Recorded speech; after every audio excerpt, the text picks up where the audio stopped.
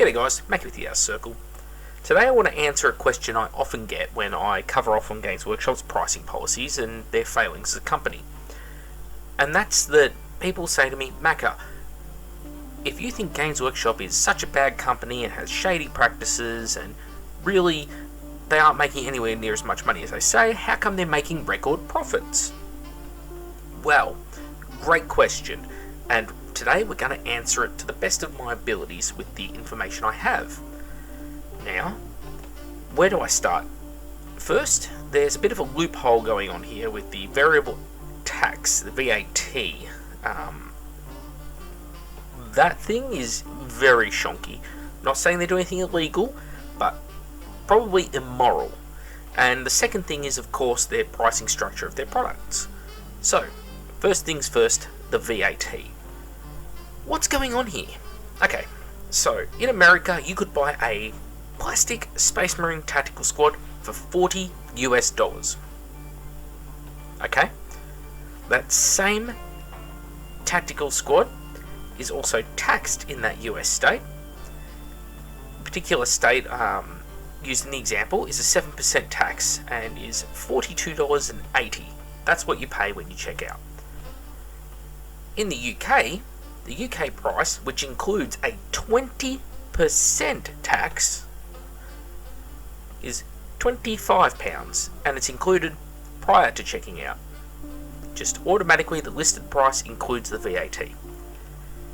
Now, in the United States, the time of recording, £1 sterling is $1.31 in US dollars. Now, that means that same box set should cost $32.80 in America.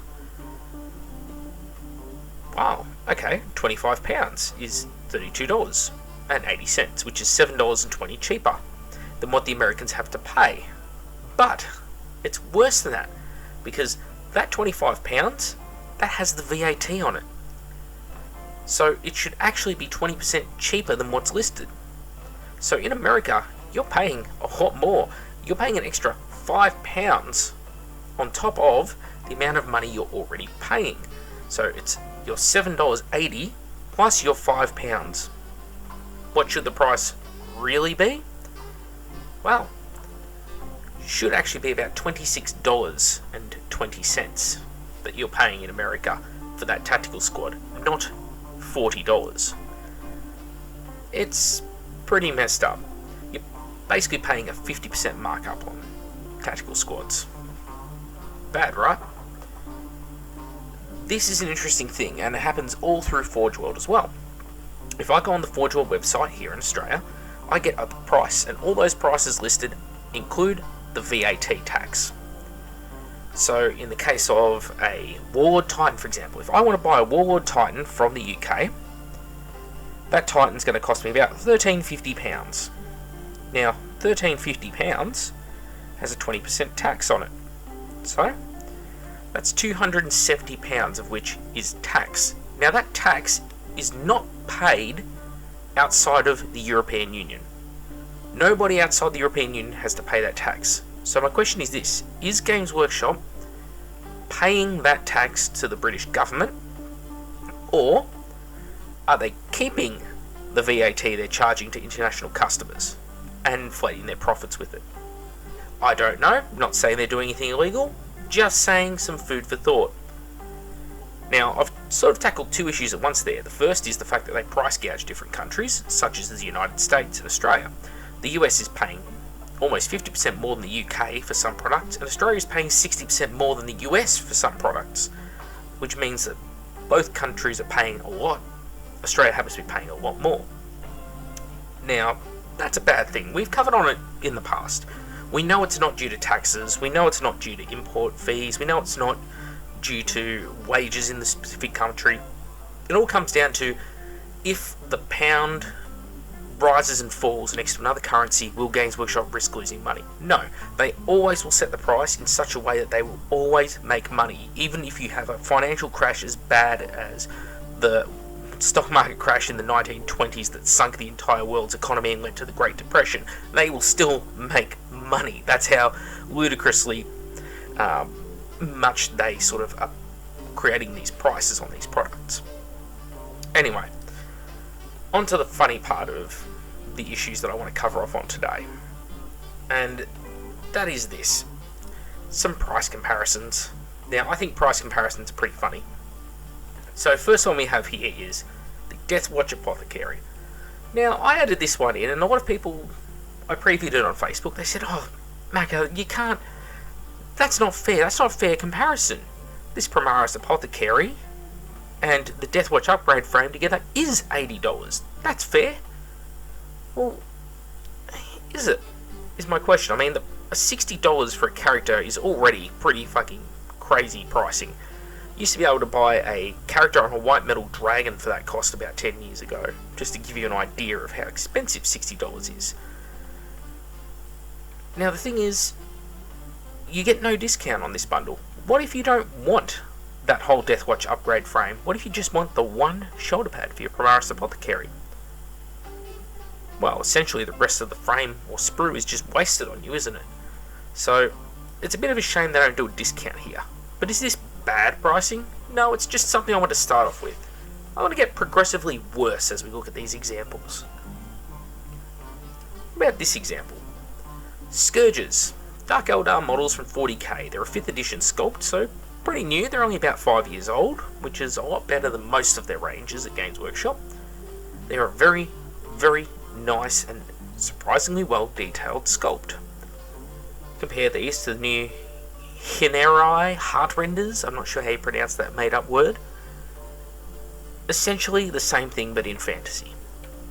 They've got bats' wings, they're elves, they're on these pseudo sort of flying bases where they're jumping off objects into the air, and they're the same size as these other miniatures.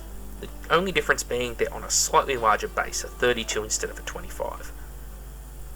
But the price difference is 36 Australian dollars. What's the difference in these two? It's not the amount of plastic used, unless you're including base size. It's not the detail. I think both sculpts are very well detailed. Different, but very well detailed. Yes, you could argue the definition of the bat's wings on the models on the right is possibly more than the bat's wings on the models on the left, but the ones on the left also have feathered wings, which is far more sculpt intensive than bat's wings. The guys on the right, a lot of bare flesh, the ones on the left, a lot of segmented armor plates. Again, it's all relative here, but I think they're pretty well equally detailed kits. Some might disagree with me, and that's perfectly fine. Again, this is the basic examples, and it's only going to get worse, guys. What about a Terminator Close Combat Squad? You get 5 Terminators, they're decent sized models on 40mm bases, you get extra arms for everyone in the squad, Thunderhammer, Storm Shield, 2 lightning cores, a couple of different heads, different icons that you can put on the armor, you get crutch plates, shoulder plates, as well as, your shoulder pads. Meanwhile, Primaris Aggressors. They're slightly larger than Terminators, I'll admit, freely admit it. They use slightly more plastic per individual model. And they also have different arms available in the boxes. So I think they're a pretty good comparison. So how come you only get 3 models in one box, and you get 5 in another? At least with the Space Marine Centurions, they're a much larger model than even the Aggressors. They're even on 50mm bases to counter for it. You have 3 models being sold for $10 more than 5 models. And I would argue, again, there is just as much detail going on with the plastic Terminators as there is with the Aggressors. Some might see it differently. What about some newer stuff? What about Age of Sigmar? Well, on the left we have a newer box, the Retributors, from the Stormcast Eternals range. 98 Australian dollars. You get 5 models with 10 alternate weapons. So 2 different weapon options for each model, essentially. Vanguard Hunters, also a very new sculpt. There's 4 alternate weapon options for the whole unit though, and you get twice as many models. They're no smaller, they're Stormcast Eternals, they're all the same size, the same scale, same faction. Yeah, could argue there might be more going on with the sculpts, but come on. This isn't apples and oranges. This is green apples versus red apples. They're pretty much identical. One unit is ever so slightly more, but contains twice as many models. You can't tell me that you're charging more because of the amount of plastic used. You can't tell me that there's more detail. These units are both very detailed. So come on, what is it? I want to know. Alright. What about some more extreme examples? On the left, we have dwarf longbeards. Now, I think longbeards are quite a detailed sculpt, especially for late 8th edition Warhammer Fantasy battles. On the right, you have Skywardens from the Caradon Overlords range. Now, let's give them their due. They're bigger models. Each of the Caradon Overlords does have a steampunk ball stuck to his back. That's true. And the dwarves themselves, probably bit differently proportioned than the older dwarves. Again, I haven't held Skywardens and Longbeards side by side for comparison, but the Caradon Overlords I have handled in person do seem slightly bigger scale than the older dwarf models. But you tell me, why a unit with 10 models is the same as a unit with 3 models? Is it because the Skywardens are just so detailed, they've just got detail just oozing out of them? Meanwhile, the Longbeards aren't in very detailed armor themselves, with detailed weapons, detailed shields. Do you remember the Longbeards, like the Skywardens, have a kit that's designed to allow you to build 2 different types of miniatures in it? So not just Longbeards, I think Hammerers might be the other alternate sculpt for this kit. And also you get, of course, a command squad is another thing. So your banner and your drummer and obviously the guy leading the unit with his very fancy shield. So you have a unit with 10 models, roughly the same size as the Skywardens, same price. What's going on here? What about this? We have a Slayer character. An older one though, and a new one from the Fire Slayers. The difference in price is more than double. But the older Slayer actually has a lot more plastic material in it. Now at first I thought, oh well, you know, the new Slayer probably has a lot more detail in the sculpt. Well, he doesn't actually. Especially if you use the 360 view and look at the miniatures, the old Slayer has the exact same level of detail with the hair. You can even see how the mohawks are made by the parts where they glue together. The difference is pretty much entirely in the axe and the helmet on the Grimwraith Berserker. But again, there's a lot more detail in the older Slayer, and he's got a lot more bare flesh, apart from his Asterix and Obelisk pants that he's got going on. He's of course jumping off this large sculpted item on his base, meanwhile the guy on the right is just glued to his base.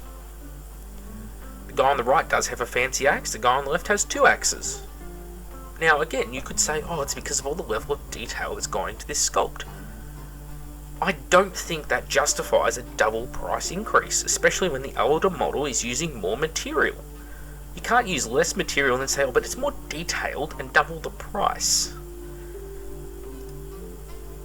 What about this case? I'm a big fan of Lord of the Rings. Warriors of Minas Tirith. Used to be sold in boxes of 24. I hear a rumour they're even going back to boxes of 24, between you and I.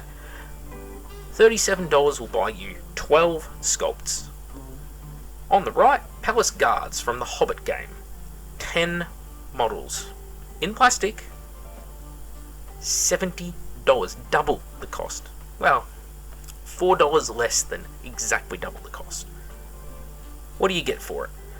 I don't really think they're that much more detailed than the Warriors of Minas Tirith. At least the Warriors of Minas Tirith, they all have the trees sculpted into the chest. The white tree of Gondor sculpted onto the shields.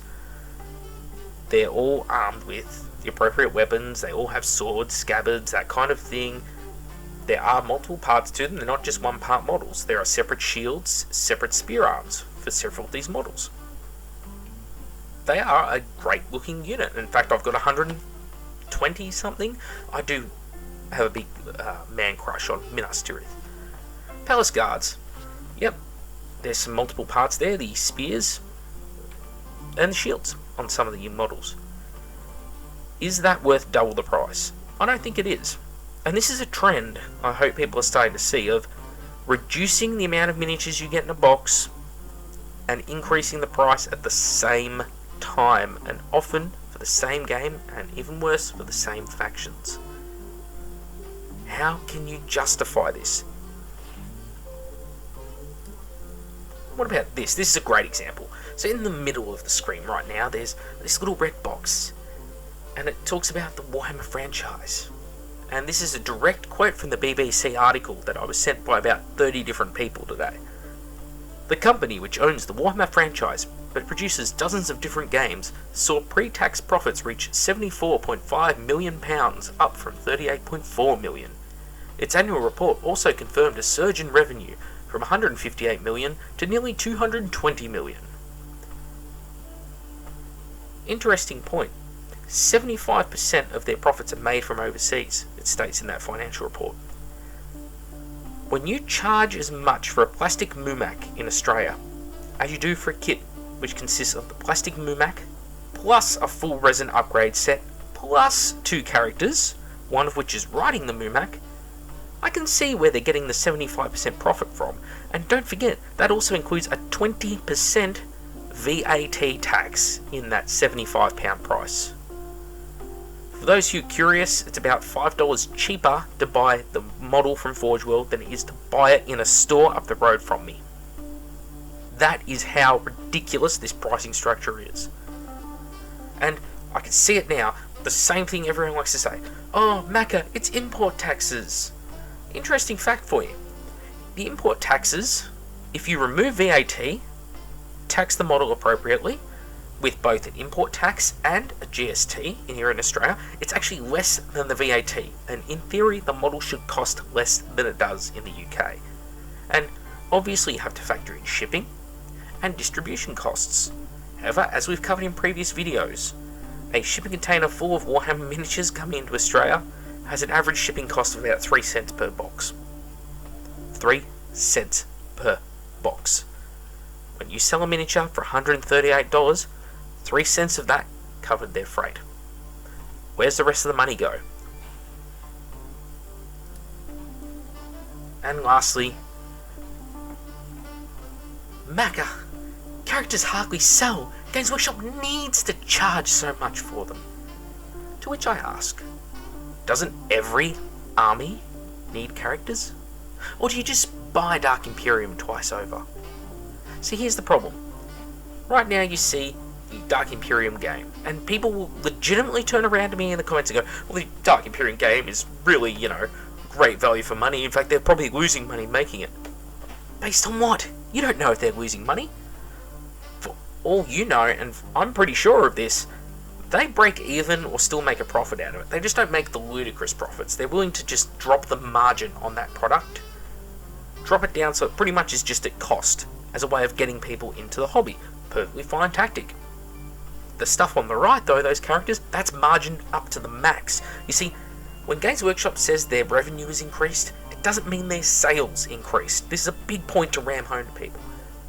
They might even have less sales, but as long as they're selling the models for a higher cost, i.e. all the kits now have less models but cost more money, then they're going to make more money, unless they lose so many sales that now, even with increased prices, they hemorrhage money, which is what happened to the company about 5 years ago. They were selling less models. Even with their inflated costs, they were actually struggling to still turn a profit.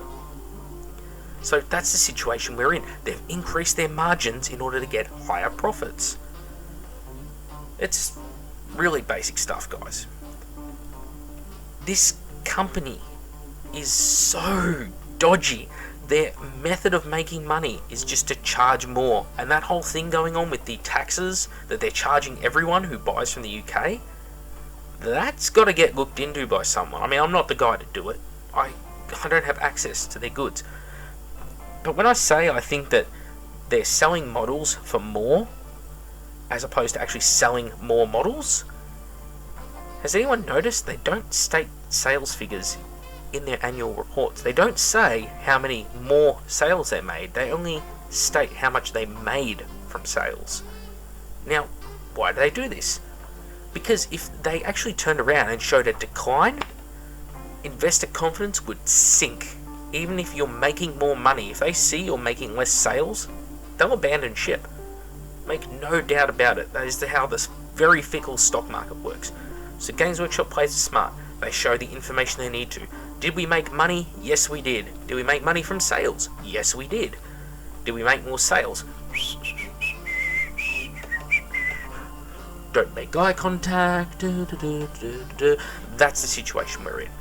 So, are they a successful company? Yes, they make money.